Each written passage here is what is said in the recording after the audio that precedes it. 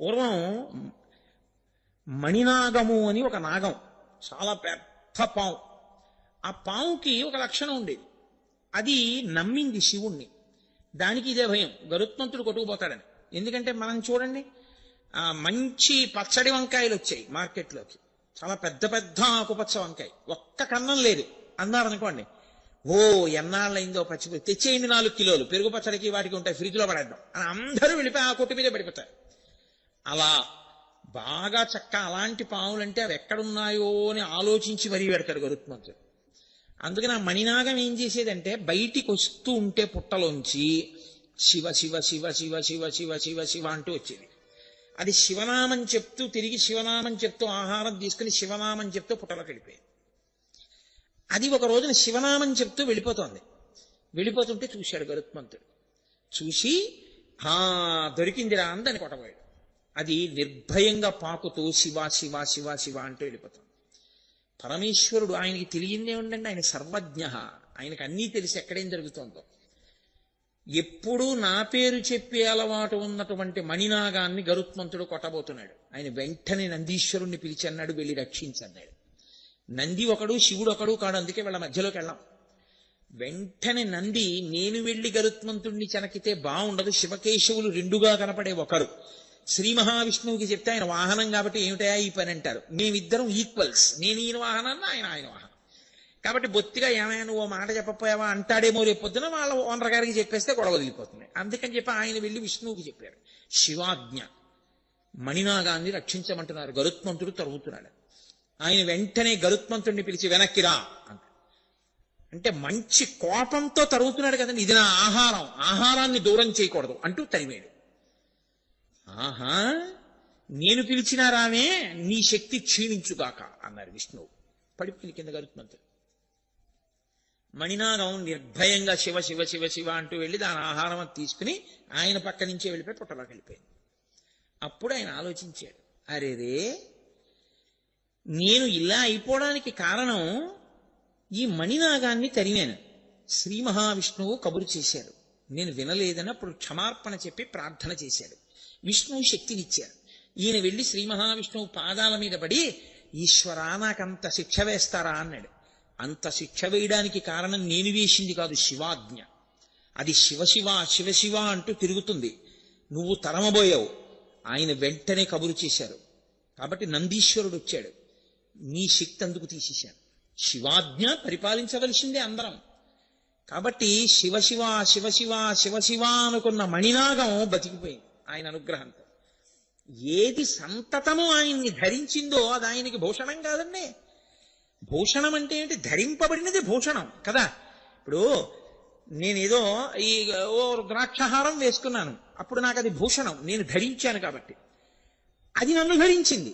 ఎలా? దానికి చైతన్యం ఉంటే ఎప్పుడూ నన్నే లోపల వహించి భరిస్తోంది అనుకోండి, అప్పుడు అది నాకు భూషణం, నేను దానికి భూషణం. అందుకే ఆ మణినాగమును గరుత్మంతుడు చెనకలేకపోయాడు. ఆయనే సామాన్యుడు కాడు. పరమేశ్వరుడు అంటే లోకంలో ఎవ్వరూ చెయ్యనంత ఉపకారం చేసినవాడు. గరుత్మంతుని చేత నిత్య భయం ఉన్నటువంటి పాములకి అభయం ఇచ్చి తన ఒంటి మీద వేసుకుని కాపాడినవాడు. అందుకనే ఆయన భుజంగభూషణుడయ్యాడు. ఇది బాహ్యంలో ఉండే. ఇలా నేను చెప్తూ పెడితే, నేను ఇప్పుడు మీకు చెప్పినవి స్కంద పురాణాంతర్గతమైనటువంటి విశేషాలను తీసుకొచ్చి మీకు ఆ మాహేశ్వర ఖండంలోంచి వాటిల్లోంచి కొన్నింటిని చూపించాను. ఇలా నేను ఎన్ని తీసుకొచ్చి చూపించినా అనంతము, వాటికి ఏం అంతు ఉండదు, ఎన్నైనా చెప్తాం. ఆదిశేషుడు ఆయన కాలికి గజ్జెగా ఎందుకు అవుతాడు అని ఒక విషయం ఉంది. ఇప్పుడు అది నేను చెప్పడం మొదలెడితే భుజంగ భూషణతో సరి నాకేమో ఇదేంటి 1/2 అవర్ లెఫ్ట్ అని బెల్ కొట్టడానికి టైం దగ్గరికి వచ్చేసింది. ఇంకా 2 రోజులు ఉంది, పూర్తి అయిపోవాలి సిలబస్ కదా. అందుకని ఆయన భుజంగ భూషణం, ఆయన భుజంగమును ధరిస్తాడు. కాదు కాదు, భుజంగం అన్న మాటకి ఒక అర్థం ఉంది. భుజంగం అంటే ఏమిటో తెలుసా అండి? పాము, పైకి అర్థం. పాముకి ఒక లక్షణం ఉంటుంది, మీరు చూడండి, ఏదైనా కదిలిందనుకోండి అంతా కదులుతుంది. ఇప్పుడు నేను లేచాను అనుకోండి, నా శరీరం అంతా కదులుతుంది. పాముకున్న లక్షణం ఏమిటో తెలుసా అండి? కనీస కదలిక లేకుండా కొంత శరీరం ఉండిపోయి కదలికతో కొంత శరీరం ఉంటుంది. ఒక పెద్ద పాము ఉందనుకోండి, 10 మీటర్ల పాము, అది చుట్టుకు పడుకుంది. ఓసారి నాకు అలా దర్శనం ఇచ్చాడు ఈశ్వరుడు. నా అదృష్టం బతికిపోయాను అనుకోండి. ఆ రోజుల్లో మీరు పరిహసించవలసిన విషయం అనుకుంటున్నారా? సామాన్యంగా బతికి బట్ట కట్టాను అనుకుంటున్నారా? నేను కటిక చీకట్లో హెడ్ లైట్ వేసుకోవడం మర్చిపోయి వెళ్ళిపోయాను స్కూటర్ మీద. తీరా దగ్గరికి వెళ్ళేటప్పటికి అలా చూస్తే ఏదో పెద్దది పడుకున్నట్టు అనిపించింది. ఆ రోజుల్లో నేను సామర్లకోటలో పనిచేసేవాడిని. ఆ పక్క పొదల్లోంచి అక్కడ నల్లత్రాసు ఉంటుంది అని చెప్పేవారు మా వాళ్ళు. అయ్యి బాబాయ్ పాము కాదు కదా అని లైట్ వేశాను. పామేది? దాని మీది నుంచి ఎక్కేయలేక వెళ్ళలేక ఏం చేస్తున్నానో తెలియని స్థితిలో కుడికాలతో బ్రేక్ తొక్కాను స్కూటర్కి. 2 కాళ్ళు స్కూటర్ మీద నిలబడి కూర్చోడానికి, కారు కాదుగా, ఎడంకాల కిందకు వచ్చింది. అది వెంటనే చుట్టుకున్న చుట్టలో ఇలా అడ్డంగా రోడ్డుకున్నటువంటి శరీరం వెనక్కి తీసింది. పడగ ఇలా ఇలా ఇలా ఇలా వెనక్కి వచ్చి ఇలా విప్పింది. చక్కగా పాదం అక్కడే ఉంది, ఎడం పాదం. హెడ్ లైట్ కాంతిలో మెరిసిపోతోంది. ఇలా పైకెత్తి చూసింది, ఇలా కిందకి చూసింది. ఏమో ఈశ్వరుడు ఏమన్నాడో తెలియదు మరి. కొట్టకు అని ఉంటాడు శివాజ్ఞ. అది తలదించి వెళ్ళిపోయింది అటు. అది వెళ్ళిపోయింది, నేను వెళ్ళిపోయాను. కానీ నేనేం చెవుళ్ళు అవి చల్లించుకోలేదు. ఎందుకనంటే అది కొట్టేయాలి అంటే అప్పుడు నాకు ఎవ్వరూ లేరిక నన్ను రక్షించగలిగిన వాళ్ళు. చక్కగా కొట్టేచ్చారు. కానీ అది ఎందుకో ఇలా తలెత్తి చూసింది, కిందకి చూసింది, వెళ్ళిపోయింది. బహుశः వీడు నన్ను చంపుదాం అనుకున్నవాడు కాడు, ఏదో పొరపాటునొచ్చాడు. వీడిని నేను ఎందుకు చంపాలనుకుందో ఏమో, ప్రాణభిక్ష పెట్టి వెళ్ళిపోయింది. ఈశ్వరుడు వీడేదో శివాలయ పునర్నిర్మాణంలో 30 రోజులు ఉపన్యాసాలు అవి చెప్పవలసిన అవసరాలు కొన్ని ఉన్నాయనుకున్నాడో ఏమో, ఉంచేశాడు. కాబట్టి ఆనాడు అది కరవలేదు. కాబట్టి అది ఏం చేస్తుందంటే, ఓ చుట్టుకుని పడుకుందనుకోండి, ముందు దాని తలొకటే కదులుతుంది. తలొక్కటి కదిలి వెడుతుంటే మిగిలిన చుట్ట అలాగే ఉంటుంది. చుట్టంతా ఏం కదిలిపోతుంది దానికి. ఏదో పులి పరిగెడితే లేచిపోయినట్టు, ఏనుగు పరిగెడితే ఒళ్ళు లేచిపోయినట్టు లేచిపోద్ది దానికి. మిగిలిన చుట్ట అలాగే ఉంటుంది. కొంత భాగాన్ని బయటికి వస్తుంది. ఆ తర్వాత అది వెళ్ళిపోదాము అనుకుంటే మాత్రం అలా కదిలి కదిలి కదిలి కదిలి కదిలి కదిలి వెళ్ళిపోయిన తర్వాత చిట్ట చివర తోక భాగం కదిలి వెళ్ళిపోతుంది. ఆ చుట్ట అలా విప్పుకుంటుంది, విప్పుకుని విప్పుకుని విప్పుకుని విప్పుకుని కదులుతుంది. అప్పుడు మొత్తం పాము కదులుతుంది. లేకపోతే ఒక్కొక్కసారి అక్కడ వరకే వెళ్ళి మళ్ళీ వెనక్కి వచ్చి ఇచ్చేది. చుట్టంతా కదలదు. అది కాలము యొక్క స్వరూపం. కాలము భూత భవిష్యత్ వర్తమాన అని 3 కింద కదిలిపోతుంటుంది. చుట్టొక్కటి చుట్టుకు పడుకుంటుంది పాములాగి. అది భూతకాలముగా తినేస్తుంది కొన్నింటిని. గడిచిపోయిన కాలంలో మా నాన్నగారు, మా అమ్మగారు, మా తాతగారు, మా అక్కయ్య గారు అందరూ పడిపోయారు. భవిష్యత్, ఆ భవిష్యత్తులో కూడా తింటుంది, వర్తమానమునందు తింటూ ఉంటుంది. కాలరూపంగా కదులుతుంది. ఆ కదలికకి చుట్టలు చుట్టుకున్నటువంటి ఆ పాము యొక్క శరీరం, ఆ కదలికని కాలం అంటారు. కాలమునకున్న లక్షణం ఏమిటంటే పాపపుణ్య ఫలితములనిచ్చుట, శరీరములనన్నిటినీ పడగొట్టివేయుట. అన్నీ కాలంలో పడిపోతాయి. అటువంటి కాలమునకు అందరూ పడిపోతే, కాలమునకు కాలునికి కామమునకు లొంగక కాలుణ్ణి కాముణ్ణి కూడా నియంత్రించిన వాడెవడో వాడు భర్గ. అందుకని ఆయనకు అది ఆభరణం. అది ఆయన చెవి పక్కన ఇలా పడగ విప్పుంటుంది, కానీ ఆయన ఇలా నిర్భయుడై ఉంటాడు. ఎందుకని అంటే ఆయన ఆ కాలుణ్ణి ఇటు కాముణ్ణి వశం చేసుకున్నవాడు. ఇది చెప్పడానికి ఆయన భుజంగ భూషణ కాదు. భుజంగం అన్న మాట ఎందుకు వాడారో తెలుసా అండి? భుజంగం అంటే భుజం,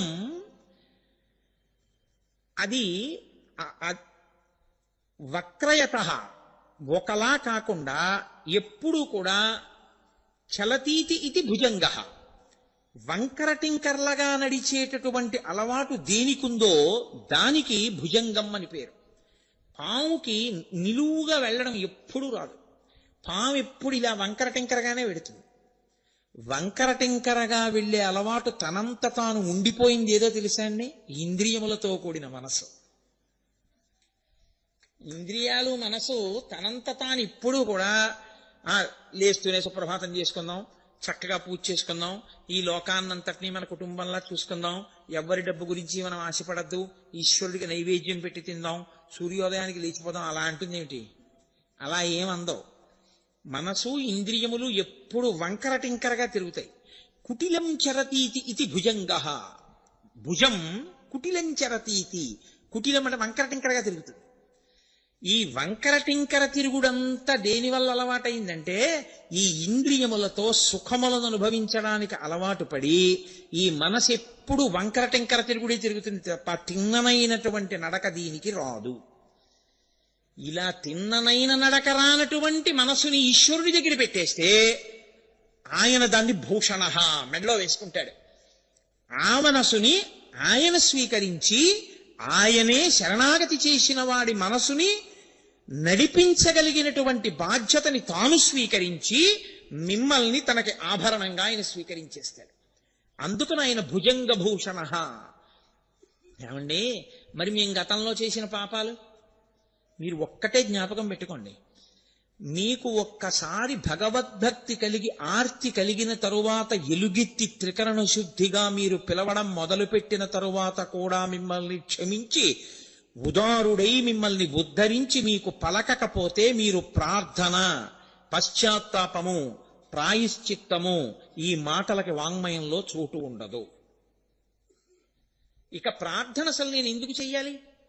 నేనేదో పాపం చేశాను, ఏమీ కుదరదు, ఇప్పుడు నేను మారానంటే కుదరదు, అవి అనుభవించు అని ఈశ్వరుడు అన్నాడు అనుకోండి. అప్పుడు నేను ఇంకిప్పుడు మారడానికి అసలు ఎందుకు సాధన చేయడం, ఎందుకు ఇప్పుడు ప్రయత్నం చేయడం? నేను ఎలాగో నేను చేసినవన్నీ అనుభవించాలి, ఇప్పుడు చేసినవి ఎప్పుడో అనుభవంలోకి వస్తాయి. కాబట్టి ఆయన ఏం ఉపకారం చేస్తాడు? ఆయన ఏమీ చేయడు. మీరు ఏ కర్మలు చేశారో ఆ కర్మలు ఈశ్వరుడి కన్నా గొప్పవి కూర్చున్నాయి. అవునా కదా? మీరు కొంచెం జాగ్రత్తగా ఆలోచించండి. నేను గోదానం చేశాను, ఆయన ఫలితం ఇస్తాడు. నేనేదో ఎవరినో బాధ పెట్టాను, దానికి ఫలితం ఇస్తాడు. నేను బాధ పెట్టినటువంటి పాపాన్ని తీయలేడు, నేను గోదానం చేసిన పుణ్యాన్ని ఆయన తీసేయలేడు. ఇప్పుడు కర్మ గొప్పదా, ఈశ్వరుడు గొప్పవాడా? కర్మ గొప్పది. అప్పుడు ఈశ్వరుడి స్థితి ఏమిటి? అది కాదు సనాతన ధర్మంలో. నీకొకసారి పశ్చాత్తాపం కలిగి త్రికరణ శుద్ధిగా మీరు ఈశ్వరుణ్ణి ప్రార్థిస్తే అది ఘృతరీతి ఘనీభూతం దయాళువై పాపమునకు ఇవ్వవలసిన భయంకరమైన ఫలితాన్ని బాగా తగ్గించేసి ఇచ్చేస్తాడు. అంత తగ్గించి ఇవ్వగలిగినటువంటి కృపకి, ఆ స్థితికి మహానుభావుణ్ణి ఇప్పటికైనా మారి మనం ఆయన పాదాలు పట్టుకుందాం అనుకుంటాం. పుణ్యాన్ని ఎందుకు తీసేయడం? అది ఉన్నా కూడా మీరు అనుభవించడానికి శరీరంలోకి రావాలి. కాబట్టి ఇప్పుడు పుణ్యము లేదు, పాపము లేదు, అనుభవించడానికి ఏమీ లేకపోతే రావడం ఎందుకు? ఎత్తి మెల్లబడేసుకుంటాడు. ఇంత పాపపు నడవడి కలిగిన వాడిని ఆయనకు ఆభరణం అయిపోయాడంటే, ఒకప్పుడు పాపపు నడవడి ఇప్పుడు ఆయన మెళ్ళో ఉంటే ఆరాధనీయము. అది ఆ వాసుకి మీకు అనుగ్రహప్రదాత అయిపోతాడంతే. జీవుడు ఆ స్థితిని పొందేస్తాడు. ఇది చెప్పడానికి ఆయన భుజంగభూషణ. భక్తి అన్న మాటకు అర్థం ఏంటి? వేదం చెప్పింది చేస్తే కదా భక్తి. అప్పుడు భక్తి లేని స్థితి, భక్తి ఉన్న స్థితి. అది మెట్ట వేదాంతం అంటారు, అర్థం లేని వాదం, అది పిడివాదం. కాబట్టి ఆ స్థితిలో ఎవడు నిలబడతాడో వాడికి ఆ కర్మలు మళ్ళీ ఇంకా ఫలితాన్ని ఇవ్వడము అనేటటువంటిది ఉండదు. ఆయన ఖాతాలో ఆఖరికి వెళ్ళేటప్పటికి ఈశ్వరుడు ఏం చేస్తాడంటే కుడి చేతి వైపు పేజీ మీద ఇలా కొట్టేస్తాడు. ఏం లేదు, పాపం తీసేశాను, పుణ్యం తీసేశాను. పుణ్యం లేదు, పాపం లేదు, అనుభవించడానికి ఏం లేదు. కాబట్టి ఏం చేస్తాడు? నవ్వుతూ వెళ్ళిపోయే స్థితి ఇచ్చేస్తాడు. నవ్వుతూ వెళ్ళిపోయాడు కదా, రావక్కర్లేదు, తన మెళ్ళలో పడేసుకుంటాడు. అది పాము అని మీరు అనుకుంటున్నారు, కానీ ఇప్పుడు అది భుజంగ భూషణ, తన మెళ్ళలో వేసుకుంటాడు. ఇది ఆయన ఇవ్వగలడు కాబట్టి ఇమ్మని ప్రార్థించారు. నేనేమీ చెయ్యలేదని చెప్తున్నాను, నన్ను అనుగ్రహించన్నారు కొంతమంది. శ్రీశైలేషు భజింతునో యభవ కాంచీనాథు సేవింతునో కాశీవల్లభు కల్వబోతున మహాకాళేషు పూజింతునో నా శీలం అణువైన మేరువణుచున్ రక్షింపవే నీ కృపాశ్రీ శృంగార విలాసహాసముల చేసి కాళహస్తీశ్వర అంటాడు ధూర్జటి. కాబట్టి భుజంగభూషణ అంటే కుటిలముగా వంకర టింకర్లగా తిరిగేటటువంటి అలవాటు ఉండిపోయినటువంటి స్థితి నుంచి ఉద్ధరించగలిగిన వాడు. అంటే మనసు కోర్కెతో వెంపర్లాడకుండా చేయగలిగినటువంటి స్థితి ఉన్నవాడు. అయితే మీరు నాతో ఒక మాట అనొచ్చు, అయితే ఏమండి భాగవత సప్తాహం చేద్దామని ఉంది, ఆ కోరిక కూడా మాకు పుట్టకూడదా? మరి అది కూడా కోరికేగా. మరి ఆ కోరిక తీర్చుకుంటే మళ్ళీ ఇంకోసారి సప్తాహం చేద్దాం అనిపిస్తే తప్పేమో. మీరెప్పుడూ ఒకటి గుర్తుపెట్టుకోండి, వెంకటేశ్వర స్వామి వారి ముందు నిలబడి ఇద్దరు నమస్కారం చేశారు. ఒక ఆయన అన్నాడు, ఈశ్వర నా కొడుక్కి మంచి ఉద్యోగం వచ్చేటట్టు చూడు. ఇప్పుడు ఆయన కామిత భక్తుడు, ఆయనకి కామ్యముతో నమస్కరించినాడు. ఇంకొక ఆయన అన్నాడు, ఈశ్వర మా ఊళ్ళో వెంకటేశ్వర వైభవం చేద్దాం అనుకుంటున్నాం, నిర్విఘ్నంగా వెంకటేశ్వర వైభవం యొక్క ప్రయోజనం అందరికీ అందేటట్లుగా చూడు అన్నాడు. ఇద్దరూ కోరికలు కోరిన వాళ్ళేనా? కాదు. శాస్త్రంలో ఎవడు కేవలము ఈశ్వర భక్తిని మాత్రమే కోరాడో వాడు కోరనివాడు. ఈశ్వర భక్తి వినా ఈ లోకమునందు పనికొచ్చేవి మాత్రమే కోరినవాడి. కాబట్టి భాగవత సప్తాహం చేయడం కోరికేనా అంటే కోరిక లేని స్థితి అవుతుంది అది. ఎందుకంటే అది ఉద్ధరణ మార్గం. మీరు ఒక్కటే గుర్తుపెట్టుకోవాలి, తాడే ఇలా తిప్పేశారు, కట్టేశారు, ఇలా తిప్పేశారు, విప్పేశారు, అప్పుడు తాటిని తిప్పారు, ఇప్పుడు తాటిని తిప్పారు. కానీ ఒకసారి తిప్పితే కట్టుకుంది, ఒకసారి తిప్పితే విప్పుకుంది. ఈశ్వరుడి ముందుకెళ్ళి నిష్కామంగా ఈశ్వర కార్యం చేయడం తాడు విప్పుకోవడం, ఈశ్వరుడు ముందుకెళ్ళి కామంతో కార్యం చేయడం, కామం అంటే కోరికతో మీరు ఒక పని చేయడం కట్టుకోవడం, అది కట్టుకోవడమే. నాకో పుణ్యం వస్తుందండి అని చేశాననుకోండి, ఆ పుణ్య ఫలితాన్ని అనుభవించడానికి రావాలి. అది వద్దు, ఇది వద్దు. చేసేసి ఉమామహేశ్వర పర బ్రహ్మార్పణమస్తు, వాడు చేయించాడు, వాడికి వెళ్ళిపోయి నీకేముంది, ఏమీ లేదు, నాకేం అక్కర్లేదు కూడా. కాబట్టి ఇప్పుడు ఇటు లేదు అటు లేదు, 2 పేజీలు లేవు, పుస్తకం ఏంటి ఇంకా. కాబట్టి వాడు నవ్వుతూ వెళ్ళిపోతాడు. కాబట్టి చేసిన కర్మని ఈశ్వరునికి ధారపోసి బ్రతుకుట త్రికరణ శుద్ధిగా. నీకు ఫలితం ఈశ్వరుడే. ఇలా చేసిన వాడు ఎవడుంటాడో వాడిని ఈశ్వరుడే పొదివి పట్టుకుని ఉంటాడు. ఇంకంతకన్నా ఏం కావాలి నీకు? ఈశ్వరుడే కాపాడుతుంటాడు. అది అచంచల భక్తి. అటువంటి స్థితిని పొందుట కొరకు ఆ మార్గమును దిద్దగలిగిన వాడెవరో వాడికి భుజంగభూషణుడని పేరు. ఎన్ని అర్థాలు వస్తున్నాయి చూడండి. నామం ఒకటే, కానీ ఆ ఒక్క నామంతో ఎన్నిటినో ప్రతిపాదన చేస్తారు. లోకంలో అవతల వాణ్ణి పడగొట్టడానికి ఎన్నో సాధనములు ఉంటాయి. దృష్టి దగ్గర నుంచి, దృష్టి కూడా పడగొట్టడానికి సాధనం తెలుసా అండి. చూడకూడని రీతిలో అసూయతో అదే పనిగా చూస్తే అవతలి వారిలో ఉండే తేజస్సు క్షీణిస్తుంది. నేను అలా క్షీణించకుండా కొన్ని జాగ్రత్తలు తీసుకుంటూ ఉంటారు. అప్పుడు ఆ దృష్టి నుంచి ఇది విరిగిపోతుంటుంది. అలా విరగగొట్టగలిగినది ఎలా ఉంటుందో అలా అది శివం. ఈశ్వరుని పడగొట్టడానికి మీకు ఏ సాధనములు ఉండవు లోకంలో.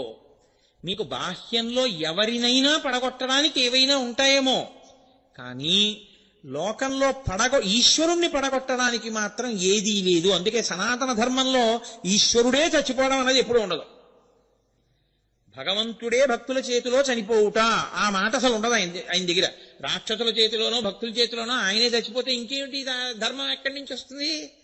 కాబట్టి ఈశ్వరుడే అచ్యుతుడై ఉంటాడు. ఆయన్ని పడగొట్టలేరు, ఏ సాధనము చేత పడరు.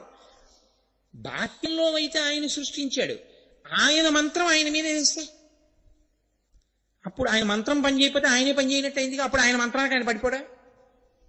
ఈ ఆలోచన ఒకటి వచ్చింది ఒకప్పుడు, తెలుసా అండి. అందుకే తత్వ విచారణ చెయ్యాలి మీరు ఎప్పుడు. దారుకావనంలో పరమేశ్వరుడు వెళ్ళిపోతున్నాడు, ఆయనకి నిస్సంగుడు. ఆయన అందం వాళ్ళ భార్యని పాడు చేస్తుందేమో అని ఋషులు అనుకున్నారు. ఎప్పుడూ వైక్లభ్యము లేని జ్ఞానం ఉండడం అంటే చాలా కష్టం. ఋషులకు కూడా భ్రంశం అవుతూ ఉంటుంది అప్పుడప్పుడు. ఏమీ తెలియని వాళ్ళలా ఉండేవాళ్ళు ఎవరంటే, అమాయకుల్లా ఉండేవాళ్ళు ఎవరో వాళ్ళకే నిశ్చల భక్తి ఉంటుంది. అన్నీ తెలిసిన వాడికి అమావాస్య మరణం, ఏమీ తెలియని వాడికి ఏకాదశి మరణం అంటారు. అందుకే భాగవతంలో కూడా ఇలాంటి ఘట్టం ఒకటి ఉంది. ఋషిపత్నులు కృష్ణుడికి అన్నం తెచ్చి పెట్టుట అని. కంసుడికి భయపడి ఋషులు తేలేదు, ఋషిపత్నులు తీసుకొచ్చి పెట్టారు. పెడితే మోక్షం పొందారు వాళ్ళు. అలాగే దారుకావనంలో పరమశివుడు పెడుతుంటే ఋషిపత్నులు ఆయన వెంట వెళ్ళారు. ఋషులకు ఆగ్రహం వచ్చింది, అదేమిటి ఈయన మా పత్నులు ఆయన వెంట పెడుతున్నారు. ఆగ్రహం వచ్చి వెంటనే పరమేశ్వరుణ్ణి నిర్జించాలని బాహ్య సాధనములు కొన్ని వేశారు ఆయన మీదకి. ఒక ఇనప శూలాన్ని వేశారు, ఆయన దాన్ని వంచిలా పట్టుకున్నాడు. అలా ఒక పులిని విడిచిపెట్టారు, దాన్ని తోలు ఒలిచి కట్టుకున్నాడు. ఆఖరణ వాళ్ళు ఏం చేశారంటే, ఆయన మంత్రములతో సృజించినవి ఆయన రూపములే కాబట్టి ఆయన్ని పడగొట్టకపోతే ఆయనే పని చేయనట్టు అవుతుంది. కాబట్టి అదే వేసేస్తామని ఒక ఆభిచారిక హోమం చేసి అందులో నుంచి ఒక పావుని సృష్టించి ఆయన మీదకి విడిచిపెట్టారు. ఆయన పాము దగ్గరికి వస్తుంటే దాన్ని తీసి ఇలా పట్టుకుని అలా మెళ్ళో పడేసుకుంటే అలా కూర్చున్నది. ఎన్ని పాములు అనుకుంటున్నారు? ఒక్క పాము కథ అనుకుంటున్నారా? ఆయన మెళ్ళో ఉన్న పాములన్ని కథలు మొదలు పెడితే పాములు ఎన్నున్నాయో అన్ని కథలవుతాయి. కాబట్టి భుజంగ భూషణ అంటే అదే అయిపోయే నామం కాదు అది. ఆ భుజంగ భూషణ తత్వము ఎంత వెళ్ళిపోతుందో, ఎంత దూరం వెళ్ళిపోతుందో. కాబట్టి నన్ను నిర్జించగలిగినవి, నన్ను పడగొట్టగలిగినవి ఎక్కడా ఏవి ఈ లోకంలో లేవు. మీరు మీ ఉద్ధరణకి వాడుకోవాలి తప్ప నన్ను పడగొట్టడానికి పనికొచ్చేవన్నవి ఎక్కడా ఏ సాధనమునందు లేదు. నేను అచ్యుతుడను, అన్ని నా యందు లీనమైపోవలసిందే తప్ప నన్ను పడగొట్టగలిగినవి లేవు. ఇది నిరూపించడానికి ఆయన పావును తీసి మెళ్ళో వేసుకున్నాడు కాదు. ఇంకొక అర్థం ఏమిటో తెలుసా అండి? పాము రెండిటిని సంకేతిస్తుంది. ఒక పాము మనం శాస్త్రంలో ఎలా చెప్తామంటే నీచమైన పాము అని చెప్తాం. ఇంకొక పాము ఎప్పుడూ అనుగ్రహ స్వరూపమైన పాము అని చెప్తాం. అందుకే మీరు చూడండి, నాగస్పర్శ లేని దేవత ఉండరు. అసలు మీకు యథార్థంగా మాట్లాడితే మనం అంటే యజ్ఞోపవీతం నూలుతో చేసింది వేసుకుంటాం. పరమేశ్వర స్వరూపాలు ఏవి కూడా యజ్ఞోపవీతాలు నూలుతో చేసినవి కాని బంగారంవి కాని వేసుకో. అవి నాగ యజ్ఞోపవీత ధారిణం. ఆయన నాగమును యజ్ఞోపవీతంగా వేసుకుంటాడు, పావుని వేసుకుంటాడు యజ్ఞోపవీతంగా. శ్రీ మహావిష్ణువు నాగశయ్యనుడు, ఆయన శేషుడి మీద పడుకుంటారు. పరమశివుడు నాగాభరణుడు. వినాయకుడు ఏదో వడ్డానం పెట్టుకున్నట్టు పావును దాన్ని ఇలా తీసుకొచ్చి ఇలా ముడేసుకుంటే అది ఇలా పడగ విప్పి ఆ బొజ్జనంతటిని చుట్టూ ఇలా ఉంటుంది, అదో వడ్డానంలా ఉంటుంది. మీరు ఎవరిని చూడండి, ప్రతి వాళ్ళకి నాగము ఆభరణమై ఉంటుంది, నాగాభరణము ఉండి తీరుతుంది. అసలు ఇంకా మాట్లాడితే నాగాభరణాలు పెట్టుకున్నారని శ్రీ మహావిష్ణువు ఈ పక్కల్లో పెట్టుకున్న వాటికి ఇలా పడగలు పట్టుంటాయి, నాగాభరణం పెట్టుకున్నాడంటారు. అందుకే చంద్రశేఖర భారతీ స్వామి వారి దగ్గరికి కొంతమంది వెళితే ఆయన అందరినీ పేర్లు అడిగితే చెప్పారు. ఒక ఆయన వీళ్ళందరూ వెళ్ళిపోయాక చెప్తానన్నారు. ఏమలాగా అంటే కాదులేడి చెప్పుకోవడానికి కొంచెం మొహమాటం అన్నాడు ఆయన. అందరూ వెళ్ళిపోయాక ఏమిటి నీ పేరు అన్నారు ఆయన. భుజంగం అండి అన్నాడు. భుజంగం అంటే చెప్పడానికి భయం ఎందుకు అన్నారు ఆయన. భుజంగం అంటే పాము కదండి, సిగ్గేసి చెప్పలేదన్నాడు. అంటే ఆయన అన్నారు, చంద్రశేఖర భారతీ స్వామి వారు, మీ నాన్నగారు అమ్మగారు చాలా దూరదృష్టి ఉన్నవారు. లోకంలో అన్నిటికన్నా తక్కువ విలువ ఉన్న దాన్ని అలా పడేస్తారు, బాగా విలువైన దాన్ని బీరువాలో పెట్టి దాచుకుంటారు దొంగలకి దొరకకూడదని. ఇంటికెళ్ళి ఉత్తరీయం తీసి అలా పడేస్తాను, లాల్చీ తీసి ఉతకడానికి పడేస్తాను. మెళ్ళో రుద్రాక్షమాల మాత్రం జాగ్రత్తగా పెట్టుకుంటాను. అలాగే భుజంగం పాము విష్ణువుకి శయనం, ఆయనకి ఆభరణం. కాబట్టి నిన్నెవరో ఒకరు చూడటం కాదు, శివకేశవులు ఇద్దరు కూడా జాగ్రత్తగా చూస్తారు. అందుకని మీ వాళ్ళు నీకు భుజంగమని పేరెడితే చెప్పడానికి మొహమాటపడతానటో, నీకన్నా గొప్ప పేరు ఎవరికి ఉందన్నారు ఆయన. నువ్వు చూసే దృష్టికోణంలో ఉంటుంది భక్తి అన్నది. కాబట్టి ఒక పాము ఎప్పుడూ పాడు చేస్తుంటుంది. ఏది ఆ పాము అంటే దేవతలలోనే ఉండేటటువంటి దేవతా స్వరూపం రోహిణీ శక్తి అంటారు. ఆవిడేం చేస్తుందంటే మనం తిన్నటువంటి ఆహారంలో అత్యంత సూక్ష్మతమైనటువంటి దాన్ని చాలా తక్కువ అంత శక్తివంతంగా మార్చి శరీరంలో తేజస్సుగా తయారు చేస్తుంది. అధోముఖంగా పాడు చేసే పాము అన్న దానికి అర్థం ఏమిటో తెలుసా అండి? ఆ పాము అది తల ముందు లోపలికి పెట్టి పుట్టలోకి వెళ్ళిపోయే పాము అనమాట. అది ఏం చేస్తుందంటే ఆ తేజస్సుని లౌకికమైనటువంటి స్త్రీ పురుష సంబంధమైన కామము కల్పించి విశేష కామము వలన అర్థం పర్థం లేకుండా శరీరంలో ఉన్న తేజస్సు నిరంతరం క్షయమైపోయేటట్టుగా చేస్తుంది. దాని వలన తేజోహీనుడై ప్రాణశక్తి గ్రసించబడి ఓజోశక్తి పెరగక, జ్ఞాపక శక్తి ఉండక, విషయాలని ధారణ చెయ్యలేక, ఆసన శుద్ధితో కూర్చోలేక, ఈశ్వరుడు యందు జ్ఞాననేత్రము తెరవలేక ధ్యాన శక్తి నశించిపోతూ ఉంటుంది. దానివలన ఈశ్వరుణ్ణి చేరలేడు. ఇంకొకటి ఊర్ధ్వముఖ చలనం చేస్తుంది, అది పైకెక్కుతుంది. దాని మంత్ర రహస్యాన్ని బహిరంగ వేదికల మీద చెప్పేది కాదు అది, ఆ కుండలి యోగం గురించి. అది ఆ పాము ఓజోశక్తిగా మారుస్తుంది, తేజోశక్తిని ఓజోశక్తిగా మారుస్తుంది. ఆ ఓజస్సుగా మార్చగలిగింది ఈశ్వరుడికి దగ్గర చేసేస్తుంటుంది. కాబట్టి ఇప్పుడు పైకెత్తగలిగిన పాము ఒకటి, పడగొట్టగలిగిన పాము ఒకటి. ఈశ్వరుడు కింద పడిన దాన్ని ఎత్తి పైనేసుకున్నాడు. అంటే పాడైపోతున్న నువ్వు నీ ఇంద్రియములను నువ్వు అదుపు చేసుకోలేకపోతే ఈశ్వరుడు యొక్క పాదములు పట్టుకని ప్రార్థన చేస్తే శ్రీ శర్వాణి నిజాంకమందునగుచుంజెన్నొందలంబోదరుండీశా దక్షిణ శక్తి దేహమున తానింపారియుండంగ రాత్రీషుండుత్తమ దేహములందు వెలుగుల్ రంజిల్లగా నొప్పునో కాశీనాథయ సంగవేడదను నా కామ్యార్థముల్ వేట్కతో అని నువ్వు పరమేశ్వరుణ్ణి ప్రార్థన చేస్తే ఆయన ఎత్తి మెడలో వేసుకుంటాడు. మెడలో వేసుకుంటే అప్పుడు నువ్వు సంతోషంగా పైన పడగ విప్పి నిలబడగలుగుతావు. ఈ తేజోశక్తిని ఓజోశక్తిగా మార్చగలిగినటువంటి స్థితిని ఇయ్యగలవాడను నేను అని చెప్పడానికి ఆయన భుజంగభూషణుడై ఉంటాడు. ఇన్నిటిని చెప్పడం భుజంగభూషణ అన్న మాట వెనక ఉండేటటువంటి నామం వెనక ఉండేటటువంటి రహస్యం. ఈ భుజంగభూషణుడైన వాడు సరే అక్కడ వరకు వినండి చాలు, మీరు ప్రాజ్ఞులు, మీకు ఎన్నో తెలుసు, నేనేదో చెప్తానంతే. కాబట్టి ఆ భుజంగభూషణుడు రుద్రుడు. రుద్రుడు అన్న మాట చాలా జాగ్రత్తగా మీరు అర్థం చేసుకోవాలి. ఎందుకంటే యజుర్వేదంలో అసలు ఆ అధ్యాయానికి పేరే రుద్రాధ్యాయము. రుద్రాధ్యాయము అని పేరు. ఆ అభిషేక మంత్రాలకి నమ్మక చమకాలు రెండింటినీ కలిపి రుద్రాధ్యాయం అంటారు. రుద్ర అంటే చాలా మంది ఏమనుకుంటారంటే చాలా కోపం ఉన్నవాడు కాదు.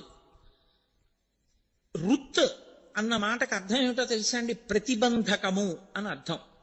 ఓ కమండలంలో నీళ్లు పోసుకుని మీరు ఇలా అభిషేకం చేస్తున్నారనుకోండి, ఓ చిగురుటాకు ఉండిపోయి అది కమండల ద్వారం దగ్గర అడ్డుగా పడిపోయింది అనుకోండి, ఇంకా నీళ్లు వెళ్ళవు, అభిషేక ప్రక్రియకి అంతరాయం వస్తుంది.